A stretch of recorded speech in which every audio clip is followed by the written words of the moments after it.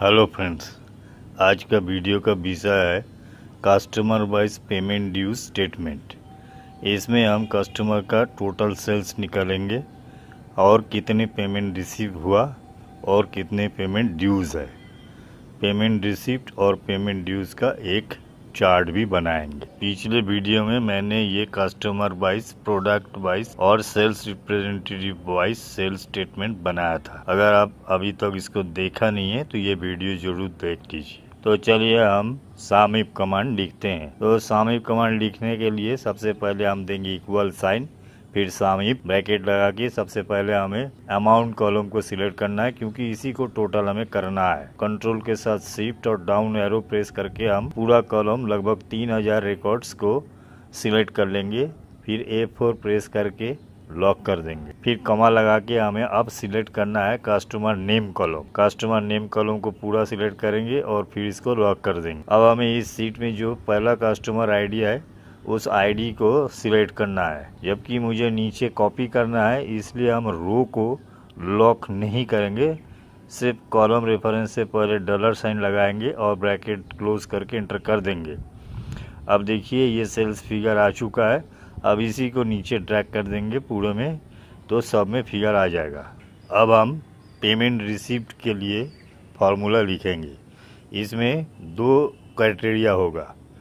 तो सबसे पहले इक्वल साइन देंगे, सम इफ लिखेंगे, फिर अमाउंट कॉलम को सिलेक्ट करेंगे, A4 से लॉक करेंगे, कॉमा लगाकर आप कस्टमर नेम कॉलम को सिलेक्ट करके A4 प्रेस करेंगे, लॉक कर देंगे, फिर कॉमा लगाकर कस्टमर आईडी को सिलेक्ट करेंगे। जबकि हमें नीचे कॉपी करना है तो इसलिए हम रो को अनलॉक रखेंगे। फिर कॉमा लगाएंगे। आप क्राइटेरिया 2 हमें सिलेक्ट करना है, प्रोडक्ट आईडी।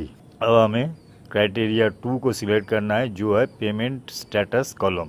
इस कॉलम में वाई लिखा है, इसका मतलब है पेमेंट रिसीव्ड हुआ है। पेमेंट स्टेटस कॉलम में जाएंगे और उसको पूरा कॉलम को सिलेक्ट कर लेंगे, लॉक करेंगे, कॉमा लगाएंगे और मैनुअली टाइप करेंगे इन्वर्टेड कॉमा के अंदर वाई, फिर ब्रैकेट क्लोज करके एंटर कर देंगे तो फिगर आ जाएगा। अब उस फिगर को नीचे तक ड्रैग कर दीजिए।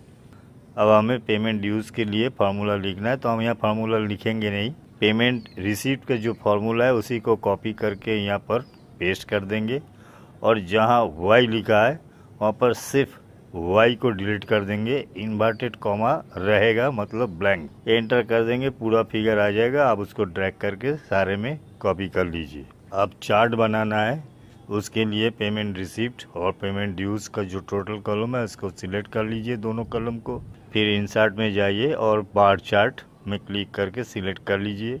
चार्ट विंडो इंसर्ट हो जाएगा। अब देखिए चार्ट विंडो में राइट साइड में एक प्लस साइन है, उस साइन में क्लिक कीजिए। कुछ मेनू आपको दिखेगा, उसमें से आपको जो चाहिए उसको छोड़कर बाकी का टिक हटा दीजिए। चार्ट विंडो में राइट क्लिक कीजिए और फॉर्मेट चार्ट एरिया पर क्लिक कीजिए। अब यहाँ जाके आपको चार्ट का जो बैकग्राउंड कलर है वो चेंज कर सकते हैं, जैसा आप चाहें उसको बैकग्राउंड कलर चेंज कर सकते हैं, 3D फॉर्मेट लगा सकते हैं, शैडो लगा सकते हैं, जो भी आप चाहें वो कर दीजिए। अब चार्ट के नीचे देखिए 1 2 3 4 जो एक्सिस है उसको क्लिक कीजिए और सिलेक्ट डाटा को सिलेक्ट कर लीजिए। अब एक विंडो ओपन हुआ है, उसमें देखिए लेफ्ट साइड में जो लिखा है हॉरिजॉन्टल कैटेगरी एक्सिस लेवल, उस पर एडिट में क्लिक कीजिए और एक विंडो आएगा, उसमें रेंज सिलेक्ट करना है। आप कस्टमर आईडी को पूरा का कॉलम सिलेक्ट करके ओके कर दीजिए, तो कस्टमर आईडी वहां पर दिख जाएगा और इसको आप फॉर्मेट भी कर सकते हैं। इसी तरह आप सीरीज जो नीचे है उस पर क्लिक कीजिए और सिलेक्ट डाटा में जाइए। लेफ्ट साइड में देखिए लीजेंड एंट्री सीरीज है, उसमें सीरीज 1 सीरीज 2 लिखा हुआ है। पहले सीरीज 1 को सिलेक्ट कीजिए, ऐड में क्लिक कीजिए और आप रेंज को सिलेक्ट कीजिए। जो पेमेंट रिसिप्ट का कॉलम हेडर है उस कॉलम हेडर को सिलेक्ट करके ओके कर दीजिए। ऐसे ही सीरीज 2 को सिलेक्ट कीजिए, एडिट में आइए, फिर रेंज में जाकर आप पेमेंट ड्यूज हेडिंग को सिलेक्ट कर लीजिए और ओके कर दीजिए। आप फॉर्मेट कर सकते, अगर आप चाहे तो बार का कलर भी चेंज कर सकते हैं। तो सबसे पहले ऊपर का जो छोटा ड्यूज का बार है उस पर क्लिक कीजिए और रेड कलर सिलेक्ट कर दीजिए। फिर नीचे जो है पेमेंट रिसीव वाला बार, लंबा बार है, उसको सिलेक्ट करके ग्रीन कलर करके ओके कर दीजिए। तो आपका कंप्लीट हो गया ये प्रोग्राम। ये छोटा सा है, सिंपल है, लेकिन बहुत इफ़ेक्टिव है। सेल्स एनालिसिस में इस टाइप का स्टेटमेंट का काफ़ी इम्पोर्टेंस रोल प्ले करते हैं, तो आप इसको बना सकते हैं। चलिए अगले वीडियो तक देखते रहिए, सीखते रहिए। धन्यवाद।